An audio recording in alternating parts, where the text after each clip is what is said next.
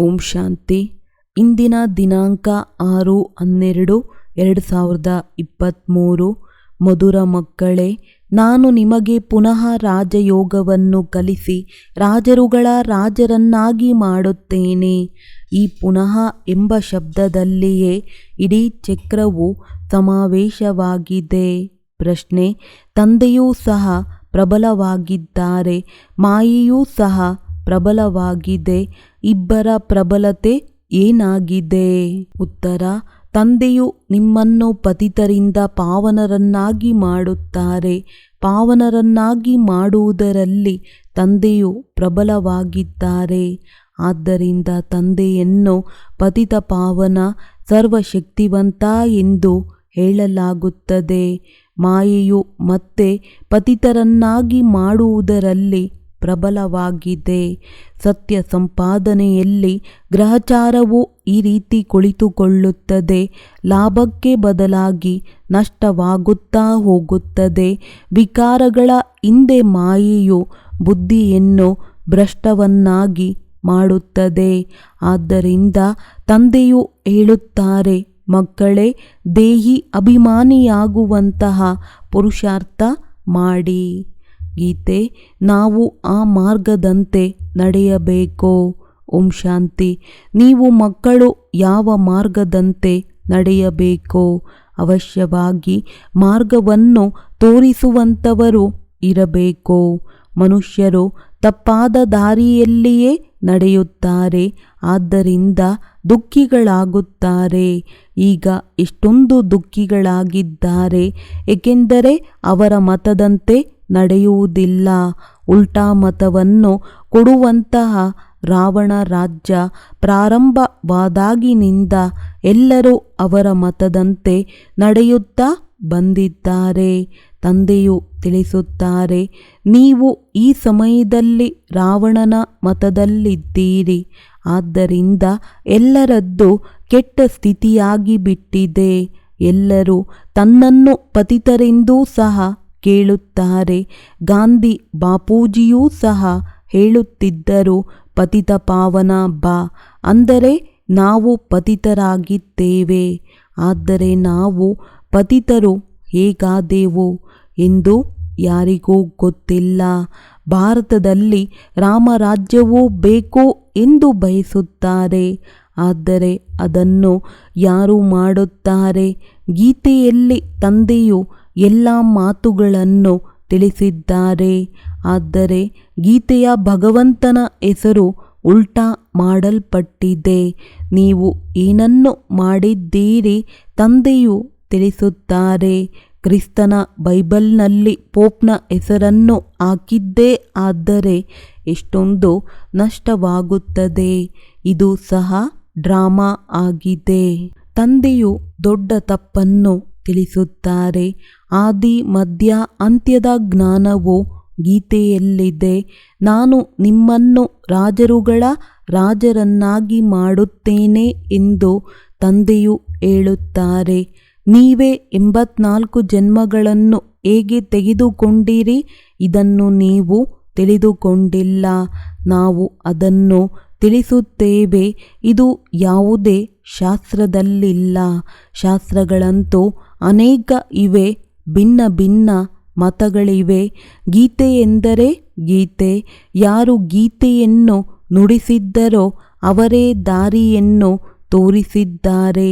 ನಾನು ನಿಮಗೆ ರಾಜಯೋಗವನ್ನು ಕಲಿಸಲು ಮತ್ತೆ ಬಂದಿದ್ದೇನೆ ಎಂದು ತಂದೆಯು ಹೇಳುತ್ತಾರೆ.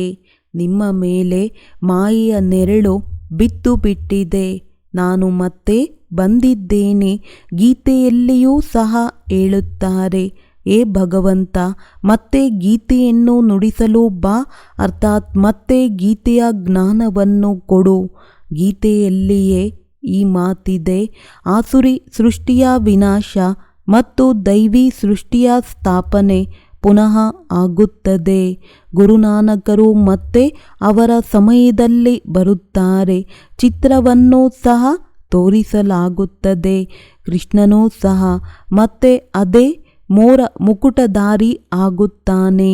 ಇವೆಲ್ಲ ರಹಸ್ಯಗಳು ಗೀತೆಯಲ್ಲಿದೆ. ಆದರೆ ಭಗವಂತನನ್ನೇ ಬದಲಾಯಿಸಿ ಬಿಟ್ಟಿದ್ದಾರೆ. ನಾವು ಗೀತೆಯನ್ನು ಒಪ್ಪುವುದಿಲ್ಲವೆಂದು ಹೇಳುವುದಿಲ್ಲ, ಆದರೆ ಅದರಲ್ಲಿ ಯಾವ ಉಲ್ಟಾ ಹೆಸರನ್ನು ಮನುಷ್ಯರು ಹಾಕಿದ್ದಾರೆಯೋ ಅದನ್ನು ತಂದೆಯು ಬಂದು ಸೀದಾ ಮಾಡಿ ತಿಳಿಸುತ್ತಾರೆ. ಪ್ರತಿಯೊಬ್ಬ ಆತ್ಮನಲ್ಲಿ ತನ್ನದೇ ಆದ ಪಾತ್ರವು ನೋಂದಾವಣೆಯಾಗಿದೆ ಎಂಬುದನ್ನು ಸಹ ತಿಳಿಸುತ್ತಾರೆ. ಯಾರೇ ಆದರೂ ಸರಿಸಮಾನರಾಗಿರಲು ಸಾಧ್ಯವಿಲ್ಲ.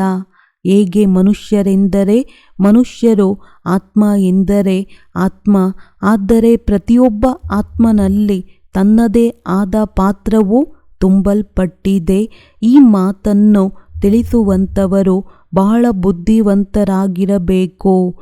ಯಾರು ಅನ್ಯರಿಗೆ ತಿಳಿಸಲು ಸಾಧ್ಯವಿದೆ, ಯಾರು ಸರ್ವೀಸನ್ನು ಮಾಡುವುದರಲ್ಲಿ ತಿಳುವಳಿಕೆ ಉಳ್ಳವರಾಗಿದ್ದಾರೆ, ಯಾರ ಲೈನ್ ಕ್ಲಿಯರ್ ಆಗಿದೆ ಎಂದು ತಂದೆಗೆ ತಿಳಿದಿದೆ, ಯಾರು ದೇಹಿ ಅಭಿಮಾನಿಯಾಗಿ ಇರುತ್ತಾರೆ, ಯಾರೂ ಸಹ ಪರಿಪೂರ್ಣ ದೇಹಿ ಅಭಿಮಾನಿಗಳು ಆಗಿಲ್ಲ. ಇದಂತೂ ಕೊನೆಯಲ್ಲಿ ಕಂಡುಬರುತ್ತದೆ. ಪರೀಕ್ಷೆಯ ದಿನಗಳು ಸಮೀಪ ಬಂದಾಗ ಯಾರ್ಯಾರು ಉತ್ತೀರ್ಣರಾಗುತ್ತಾರೆಂದು ತಿಳಿಯಬಹುದು. ಶಿಕ್ಷಕರು ತಿಳಿಯಬಹುದು ಮತ್ತು ಮಕ್ಕಳು ತಿಳಿಯಬಹುದು. ಇವರು ಎಲ್ಲರಿಗಿಂತ ತೀಕ್ಷ್ಣವಾಗಿದ್ದಾರೆ. ಅಲ್ಲಿ ಮೋಸವೂ ಆಗಬಹುದು. ಇಲ್ಲಂತೂ ಈ ಮಾತುಗಳಿರಲು ಸಾಧ್ಯವಿಲ್ಲ. ಇದಂತೂ ನಾಟಕದಲ್ಲಿ ನೋಂದಣೆಯಾಗಿದೆ. ಕಲ್ಪದ ಮೊದಲು ಸಹ ಆಗಿತ್ತು. ಈ ಸತ್ಯ ಸಂಪಾದನೆಯಲ್ಲಿ ಲಾಭ ಮತ್ತು ನಷ್ಟ, ಗ್ರಹಚಾರ ಮುಂತಾದವುಗಳು ಬರುತ್ತವೆ. ನಡೆಯುತ್ತಾ ಕಾಲು ಮುರಿಯುತ್ತದೆ. ಪುರುಷಾರ್ಥದ ಕಾಲು ಮುರಿಯುತ್ತದೆ. ಗಂಧರ್ವ ವಿವಾಹವನ್ನು ಮಾಡಿಕೊಂಡ ನಂತರ ಮಾಯೆಯು ಅವರ ಬುದ್ಧಿಯನ್ನು ಒಂದೇ ಸಾರಿ ಭ್ರಷ್ಟ ಮಾಡಿಬಿಡುತ್ತದೆ. ಮಾಯೆಯು ಬಹಳ ಪ್ರಬಲವಾಗಿದೆ. ತಂದೆಯು ಪಾವನ ಮಾಡುವುದರಲ್ಲಿ ಪ್ರಬಲರಾಗಿದ್ದಾರೆ. ಆದ್ದರಿಂದ ಅವರಿಗೆ ಸರ್ವಶಕ್ತಿವಂತ ಪತಿತ ಪಾವನ ಎಂದು ಹೇಳಲಾಗುತ್ತದೆ. ಮಾಯೆಯು ಪತಿತರನ್ನಾಗಿ ಮಾಡುವುದರಲ್ಲಿ ಪ್ರಬಲವಾಗಿದೆ. ಸತ್ಯಯುಗದಲ್ಲಿ ಮಾಯೆ ಇರುವುದಿಲ್ಲ. ಅದು ಸಂಪೂರ್ಣ ನಿರ್ವಿಕಾರಿ ಪ್ರಪಂಚವಾಗಿದೆ. ಇದು ಒಂದೇ ಸಾರಿ ಮೂಗನ್ನು ಹಿಡಿದು ಕೆಳಗೆ ಬೀಳಿಸಿ ಬಿಡುತ್ತದೆ, ವಿಚ್ಛೇದನವನ್ನು ಕೊಡಿಸಿಬಿಡುತ್ತದೆ. ಇಷ್ಟೊಂದು ಮಾಯೆಯು ಪ್ರಬಲವಾಗಿದೆ. ಸರ್ವಶಕ್ತಿವಂತನೆಂದು ಪರಂಪಿತ ಪರಮಾತ್ಮನಿಗೆ ಹೇಳಲಾಗುತ್ತದೆ. ಆದರೆ ಮಾಯೆ ಏನು ಕಡಿಮೆ ಇಲ್ಲ. ಅರ್ಧ ಕಲ್ಪ ಅದರ ರಾಜ್ಯ ನಡೆಯುತ್ತದೆ. ಇದನ್ನು ಯಾರೂ ತಿಳಿದುಕೊಂಡಿಲ್ಲ. ದಿನರಾತ್ರಿ ಯಾವಾಗಲೂ ಅರ್ಧವಿರುತ್ತದೆ. ಬ್ರಹ್ಮನ ದಿನ, ಬ್ರಹ್ಮನ ರಾತ್ರಿ. ಆದರೂ ಸಹ ಸತ್ಯಯುಗಕ್ಕೆ ಲಕ್ಷಾಂತರ ವರ್ಷ, ಕಲಿಯುಗಕ್ಕೆ ಎಷ್ಟೊಂದು ವರ್ಷಗಳೆಂದು ಹೇಳಿದ್ದಾರೆ. ಈಗ ತಂದೆಯು ತಿಳಿಸಿಕೊಡುವುದರಿಂದ ತಿಳಿದು ಬರುತ್ತಿದೆ. ಇದಂತೂ ಸಂಪೂರ್ಣ ಸತ್ಯವಾಗಿದೆ. ತಂದೆಯು ಕುಳಿತು ಓದಿಸುತ್ತಾರೆ. ಕಲಿಯುಗದಲ್ಲಿ ಮನುಷ್ಯರಿಗೆ ಗೀತೆಯ ರಾಜಯೋಗವನ್ನು ಕಲಿಸಿ ರಾಜರಿಗೂ ರಾಜರನ್ನಾಗಿ ಮಾಡುತ್ತಾರೇನೋ. ನಾವು ರಾಜಯೋಗವನ್ನು ಕಲಿತು ರಾಜರುಗಳ ರಾಜರಾಗುತ್ತೇವೆ. ಈ ರೀತಿ ಯಾರ ಬುದ್ಧಿಯಲ್ಲಿಯೂ ಸಹ ಇಲ್ಲ. ಆ ಗೀತಾ ಪಾಠಶಾಲೆಗಳಲ್ಲಿ ಅನೇಕರಿರುತ್ತಾರೆ. ಆದರೆ ಯಾರು ರಾಜಯೋಗವನ್ನು ಕಲಿತು ಯಾರು ರಾಜರುಗಳ ರಾಜ ಅಥವಾ ರಾಣಿಯಾಗಲು ಸಾಧ್ಯವಿಲ್ಲ. ಅಲ್ಲಿ ರಾಜರಾಗುವಂತಹ ಯಾವುದೇ ಗುರಿ ಧ್ಯೇಯವಿಲ್ಲ. ನಾವು ಬೇಅದ್ದಿನ ತಂದೆಯಿಂದ ಭವಿಷ್ಯ ಸುಖದ ರಾಜ್ಯವನ್ನು ಪಡೆಯಲು ಓದುತ್ತಿದ್ದೇವೆಂದು ಹೇಳುತ್ತೀರಿ. ಮೊಟ್ಟ ಮೊದಲು ತಂದೆಯ ಬಗ್ಗೆ ತಿಳಿಸಿಕೊಡಬೇಕು. ಗೀತೆಯ ಮೇಲೆ ಎಲ್ಲವೂ ಆಧಾರಿತವಾಗಿದೆ. ಮನುಷ್ಯರಿಗೆ ಸೃಷ್ಟಿ ಚಕ್ರ ಹೇಗೆ ಸುತ್ತುತ್ತದೆ, ನಾವು ಇಲ್ಲಿಂದ ಬಂದೆವು, ಎಲ್ಲಿಗೆ ಹೋಗಬೇಕಾಗಿದೆ. ಇವೆಲ್ಲವೂ ಹೇಗೆ ತಿಳಿಯಬೇಕೋ ಇದು ಯಾರಿಗೂ ಗೊತ್ತಿಲ್ಲ. ಯಾವ ದೇಶದಿಂದ ಬಂದೆವು, ಯಾವ ದೇಶಕ್ಕೆ ಹೋಗಬೇಕೋ ಎನ್ನುವ ಹಾಡೂ ಸಹ ಇದೆಯಲ್ಲವೇ. ಕೇವಲ ಗಿಣಿಯ ಹಾಗೆ ಆಡುತ್ತಿರುತ್ತಾರೆ. ಯಾರನ್ನು ಏ ಪರಂಪಿತ ಪರಮಾತ್ಮ ಎಂದು ಹೇಳುತ್ತಾರೆ ಅವರು ಯಾರಾಗಿದ್ದಾರೆ ಎಂಬುದು ಆತ್ಮನಲ್ಲಿರುವ ಬುದ್ಧಿಗೆ ತಿಳಿದಿಲ್ಲ. ಅವರನ್ನು ನೋಡಲು ಅರಿಯಲು ಆಗುವುದಿಲ್ಲ. ತಂದೆಯನ್ನು ತಿಳಿಯುವುದು, ನೋಡುವುದು ಇದು ಆತ್ಮನ ಕರ್ತವ್ಯವಾಗಿದೆ. ನಾವು ಆತ್ಮರಾಗಿದ್ದೇವೆ. ಪರಂಪಿತ ಪರಮಾತ್ಮ ತಂದೆಯು ನಮಗೆ ಓದಿಸುತ್ತಿದ್ದಾರೆ ಎಂಬುದನ್ನು ನೀವು ತಿಳಿದುಕೊಂಡಿದ್ದೀರಿ. ತಂದೆಯು ಬಂದು ಓದಿಸುತ್ತಾರೆ ಎಂದು ಬುದ್ಧಿಯು ಹೇಳುತ್ತದೆ. ಯಾವುದೇ ಆತ್ಮನನ್ನು ಕರೆಸುತ್ತಾರೆಂದರೆ ಅವರ ಆತ್ಮವು ಬಂದಿದೆ ಎಂದು ತಿಳಿದುಕೊಳ್ಳುತ್ತಾರೆ. ಅಂದಾಗ ನಾನು ಆತ್ಮ, ಅವರು ನಮ್ಮ ತಂದೆ ಎಂದು ತಿಳಿದುಕೊಂಡಿದ್ದೀರಿ. ತಂದೆಯಿಂದ ಅವಶ್ಯವಾಗಿ ಆಸ್ತಿ ಸಿಗಬೇಕು. ನಾವು ಏಕೆ ದುಃಖಿಗಳಾದೆವು? ಮನುಷ್ಯರು ಹೇಳುತ್ತಾರೆ ತಂದೆಯು ಸುಖ ದುಃಖವನ್ನು ಕೊಡುವವರಾಗಿದ್ದಾರೆ. ಭಗವಂತನಿಗೆ ನಿಂದನೆ ಮಾಡುತ್ತಿರುತ್ತಾರೆ. ಅವರು ಆಸುರಿ ಸಂತಾನರಾಗಿದ್ದಾರೆ. ಕಲ್ಪದ ಮೊದಲು ಹೇಗೆ ಹೇಳಿದ್ದರೋ ಹಾಗೆಯೇ ಹೇಳುತ್ತಾರೆ. ನೀವೀಗ ಪ್ರತ್ಯಕ್ಷದಲ್ಲಿ ಈಶ್ವರಿಯ ಸಂತಾನರಾಗಿದ್ದೀರಿ. ಮೊದಲು ನೀವು ಆಸುರಿ ಸಂತಾನರಾಗಿದ್ದೀರಿ. ಈಗ ತಂದೆಯು ತಿಳಿಸುತ್ತಾರೆ, ನಿರಂತರ ನನ್ನನ್ನು ನೆನಪು ಮಾಡಿ. ಈ ಎರಡು ಶಬ್ದಗಳನ್ನು ತಿಳಿಸಿಕೊಡುವುದು ಬಹಳ ಸಹಜವಾಗಿದೆ. ನೀವು ಭಗವಂತನ ಮಕ್ಕಳಾಗಿದ್ದೀರಿ. ಭಗವಂತನೇ ರಚಿಸಿದರು. ಅದು ನರಕವಾಗಿದೆ.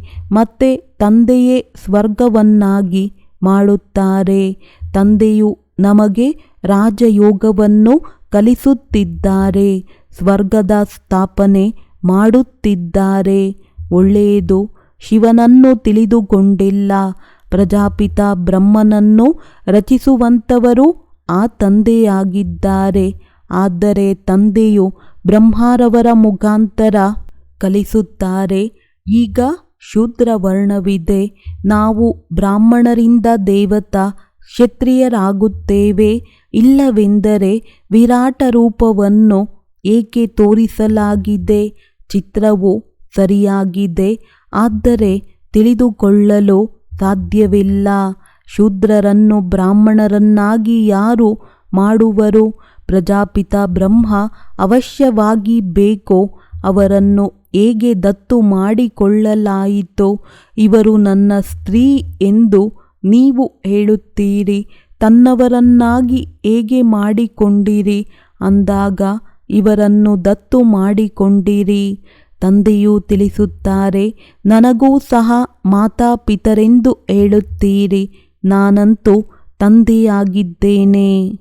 ನನ್ನವಳನ್ನು ಎಲ್ಲಿಂದ ತರುವುದು ಅಂದಾಗ ಇವರಲ್ಲಿ ಪ್ರವೇಶ ಮಾಡಿ ಇವರ ಹೆಸರನ್ನು ಬ್ರಹ್ಮ ಎಂದು ಇಡುತ್ತೇನೆ. ಸ್ತ್ರೀಯನ್ನು ದತ್ತು ಮಾಡಿಕೊಳ್ಳಲಾಗುತ್ತದೆ. ಹೇಗೆ ಲೌಕಿಕ ತಂದೆಯು ಸ್ತ್ರೀಯನ್ನು ದತ್ತು ಮಾಡಿಕೊಂಡು ಕುಕ ವಂಶಾವಳಿಯನ್ನು ರಚಿಸುತ್ತಾರೆ.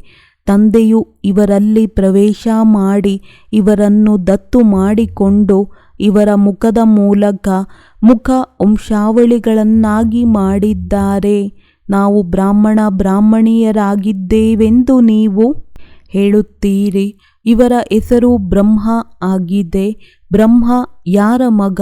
ಶಿವ ತಂದೆಯ ಮಗ. ಬ್ರಹ್ಮನನ್ನು ಯಾರು ದತ್ತು ಮಾಡಿಕೊಂಡರು? ಬೇಅದ್ದಿನ ತಂದೆ. ದೃಷ್ಟಾಂತವಂತೂ ಬಹಳ ಚೆನ್ನಾಗಿದೆ. ಆದರೆ ಯಾರ ಬುದ್ಧಿಯಲ್ಲಿ ಕುಳಿತಿದೆಯೋ ಅವರು ತಿಳಿಸಿಕೊಡಲು ಸಾಧ್ಯ. ಯಾರ ಬುದ್ಧಿಯಲ್ಲಿ ಕುಳಿತಿಲ್ಲವೋ ಅವರು ತಿಳಿಸಿಕೊಡಲು ಬರುವುದಿಲ್ಲ. ಲೌಕಿಕ ಮತ್ತು ಪಾರಲೌಕಿಕ ತಂದೆಯಂತೂ ಇದ್ದಾರಲ್ಲವೇ? ಅಲ್ಲಿ ಸ್ತ್ರೀಯನ್ನು ದತ್ತು ಮಾಡಿಕೊಂಡು ನನ್ನವಳೆಂದು ಹೇಳುತ್ತಾರೆ. ತಂದೆಯು ಇವರಲ್ಲಿ ಪ್ರವೇಶವಾಗಿ ದತ್ತು ಮಾಡಿಕೊಳ್ಳುತ್ತಾರೆ. ನಾನು ನಿರಾಕಾರನಾಗಿದ್ದೇನೆ, ಇವರ ಆಧಾರವನ್ನು ತೆಗೆದುಕೊಳ್ಳುತ್ತೇನೆ ಮತ್ತು ಇವರ ಬ್ರಹ್ಮ ಹೆಸರನ್ನು ಬದಲಾವಣೆ ಮಾಡುತ್ತೇನೆ ಎಂದು ಸ್ವಯಂ ತಂದೆಯೇ ಹೇಳುತ್ತಾರೆ. ಒಂದೇ ಸಮಯದಲ್ಲಿ ಎಷ್ಟೊಂದು ಜನರ ಹೆಸರನ್ನು ಇಡುವುದು, ಹೆಸರಿನ ಪಟ್ಟಿಯೂ ಸಹ ನಿಮ್ಮ ಬಳಿ ಇರಬೇಕು. ಪ್ರದರ್ಶನಿಯಲ್ಲಿ ಹೆಸರಿನ ಪಟ್ಟಿಯನ್ನು ತೋರಿಸಬೇಕು. ತಂದೆಯು ಹೇಗೆ ಒಂದೇ ಸಮಯದಲ್ಲಿ ಹೆಸರನ್ನಿಟ್ಟರು, ತಂದೆಯು ನಮ್ಮನ್ನು ತನ್ನವರನ್ನಾಗಿ ಮಾಡಿಕೊಂಡು ಹೆಸರನ್ನು ಬದಲಾಯಿಸಿದರು. ಅವರನ್ನು ಭೃಗುಋಷಿ ಎಂದು ಹೇಳಲಾಗುತ್ತದೆ. ಜನ್ಮ ಪತ್ರಿಕೆಯು ಭಗವಂತನ ಬಳಿ ಇದೆ. ಅದ್ಭುತವಾದ ಹೆಸರುಗಳಾಗಿವೆ. ಈಗಂತೂ ಎಲ್ಲರೂ ಇಲ್ಲ. ಕೆಲವರು ಆಶ್ಚರ್ಯವಾಗಿದ್ದು ನಂತರ ಓಡಿ ಹೋದರು. ಇಂದು ಇರುತ್ತಾರೆ, ನಾಳೆ ಇರುವುದಿಲ್ಲ. ನಂಬರ್ 1 ಶತ್ರು ಕಾಮವಿಕಾರವಾಗಿದೆ. ಈ ಕಾಮವಿಕಾರವು ಬಹಳ ಸತಾಯಿಸುತ್ತದೆ. ಅದರ ಮೇಲೆ ವಿಜಯ ಗಳಿಸಬೇಕು. ಗೃಹಸ್ಥ ವ್ಯವಹಾರದಲ್ಲಿ ಜೊತೆಯಲ್ಲೇ ಇರುತ್ತಾ ಕಾಮವಿಕಾರದ ಮೇಲೆ ಜಯ ಗಳಿಸಬೇಕು. ಇದಾಗಿದೆ ಪ್ರತಿಜ್ಞೆ. ನಿಮ್ಮ ವೃತ್ತಿಯನ್ನು ನೋಡಿಕೊಳ್ಳಬೇಕು. ಕರ್ಮೇಂದ್ರಿಯಗಳಿಂದ ವಿಕರ್ಮವನ್ನು ಮಾಡಬಾರದು. ಬಿರುಗಾಳಿಯಂತೂ ಎಲ್ಲರಿಗೂ ಬರುತ್ತವೆ, ಇದರಲ್ಲಿ ಭಯಪಡಬಾರದು. ಬಾಳ ಮಕ್ಕಳು ತಂದೆಯನ್ನು ಈ ವ್ಯಾಪಾರವನ್ನು ಮಾಡಬಹುದೇ ಅಥವಾ ಬೇಡವೇ ಎಂದು ಕೇಳುತ್ತಾರೆ. ತಂದೆಯು ನಾನು ನಿಮ್ಮ ವ್ಯವಹಾರವನ್ನು ನೋಡಲು ಬಂದಿದ್ದೇನೆಯೇ ಎಂದು ಬರೆಯುತ್ತಾರೆ. ನಾನು ಓದಿಸಲು ಶಿಕ್ಷಕನಾಗಿದ್ದೇನೆ. ನಿಮ್ಮ ವ್ಯವಹಾರದ ಮಾತನ್ನು ಏಕೆ ಕೇಳುತ್ತೀರಿ? ನಾನಂತೂ ರಾಜಯೋಗವನ್ನು ಕಲಿಸುತ್ತೇನೆ. ರುದ್ರ ಯಜ್ಞದ ಗಾಯನವಿದೆ, ಕೃಷ್ಣ ಯಜ್ಞವಲ್ಲ. ತಂದೆ ಹೇಳುತ್ತಾರೆ, ಲಕ್ಷ್ಮೀ ನಾರಾಯಣರಲ್ಲಿ ಈ ಸೃಷ್ಟಿ ಚಕ್ರದ ಜ್ಞಾನವೇ ಇಲ್ಲ. ಒಂದು ವೇಳೆ ನಾವು 16 ಕಲೆಯಿಂದ ಮತ್ತೆ 14 ಕಲೆಯವರಾಗುತ್ತೇವೆಂದು ತಿಳಿದಿದ್ದೇ ಆದರೆ ಅವರಿಗೆ ರಾಜ್ಯದ ನಶೆಯು ಆರಿ ಹೋಗಿಬಿಡುತ್ತದೆ. ಅಲ್ಲಿ ಸದ್ಗತಿ ಇರುತ್ತದೆ. ಸದ್ಗತಿ ದಾತ ಒಬ್ಬರೇ ಆಗಿದ್ದಾರೆ. ಅವರೇ ಬಂದು ಯುಕ್ತಿಯನ್ನು ತಿಳಿಸುತ್ತಾರೆ. ಬೇರೆ ಯಾರೂ ಸಹ ತಿಳಿಸಲು ಸಾಧ್ಯವಿಲ್ಲ. ಮೊಟ್ಟಮೊದಲು ಈ ಮಾತನ್ನು ಕೇಳಿ, ಕಾಮ ಮಹಾಶತ್ರುವಾಗಿದೆ ಎಂದು ಯಾರು ಹೇಳಿದರು ಎಂದು ಇದು ಹೇಳುತ್ತಾರೆ. ವಿಕಾರಿ ಮತ್ತು ನಿರ್ವಿಕಾರಿ ಪ್ರಪಂಚವಿದೆ ಎಂದು. ಭಾರತದಲ್ಲಿಯೇ ರಾವಣನನ್ನು ಸುಡುತ್ತಾರೆ.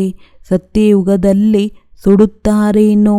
ಒಂದು ವೇಳೆ ಅನಾದಿ ಎಂದರೆ ಸತ್ಯಯುಗದಲ್ಲಿಯೂ ಸಹ ದುಃಖವೇ ದುಃಖವಿರುತ್ತದೆ ಅಂದಾಗ ಅದನ್ನು ಸ್ವರ್ಗವೆಂದು ಹೇಗೆ ಹೇಳುವುದು? ಈ ಮಾತುಗಳನ್ನು ತಿಳಿಸಬೇಕು. ಪ್ರತಿಯೊಬ್ಬರ ಪುರುಷಾರ್ಥವು ತಮ್ಮದೇ ಆಗಿದೆ. ಯಾರು ಚೆನ್ನಾಗಿ ಪುರುಷಾರ್ಥ ಮಾಡುತ್ತಾರೆ ಎಂಬುದು ತಿಳಿದು ಬರುತ್ತದೆ. ಸಂಪೂರ್ಣರಂತೂ ಯಾರೂ ಆಗಿಲ್ಲ. ಸತೋ ರಜೋ ತಮೋ ಅಂತೂ ಇರುತ್ತಾರೆ. ಪ್ರತಿಯೊಬ್ಬರ ಬುದ್ಧಿಯು ಬೇರೆ ಬೇರೆಯಾಗಿದೆ. ಯಾರು ಶ್ರೀಮತದಂತೆ ನಡೆಯುವುದಿಲ್ಲವೋ ಅವರು ತಮೋ ಪ್ರಧಾನ ಬುದ್ಧಿಯಾಗಿರುತ್ತದೆ. ತನ್ನನ್ನು ವಿಮೆ ಮಾಡಿಕೊಳ್ಳಲಿಲ್ಲವೆಂದರೆ ಭವಿಷ್ಯದ 21 ಜನ್ಮಗಳಿಗೆ ಹೇಗೆ ಸಿಗುತ್ತದೆ? ಸಾಯಲೇಬೇಕು ಅಂದಾಗ ಏಕೆ ವಿಮೆ ಮಾಡಬಾರದು? ಎಲ್ಲವೂ ಅವರದ್ದೇ ಆಗಿದೆ. ಅವರೇ ಪಾಲನೆಯನ್ನು ಮಾಡುತ್ತಾರಲ್ಲವೇ? ಕೆಲವರು ಎಲ್ಲವನ್ನೂ ಕೊಡುತ್ತಾರೆ, ಆದರೆ ಸರ್ವೀಸ್ ಮಾಡುವುದಿಲ್ಲ. ಏನು ಕೊಟ್ಟಿರುತ್ತಾರೆಯೋ ಅದನ್ನು ತಿನ್ನುತ್ತಿರುತ್ತಾರೆ. ಅಂದಾಗ ಜಮಾ ಹೇಗಾಗುತ್ತದೆ? ಏನೂ ಆಗುವುದಿಲ್ಲ. ಸೇವೆಯ ಪ್ರಮಾಣ ಬೇಕಾಗಿದೆ. ಯಾರ ಮಾರ್ಗದರ್ಶಕರಾಗಿ ಬರುತ್ತಾರೆ ಎಂದು ನೋಡಲಾಗುತ್ತದೆ.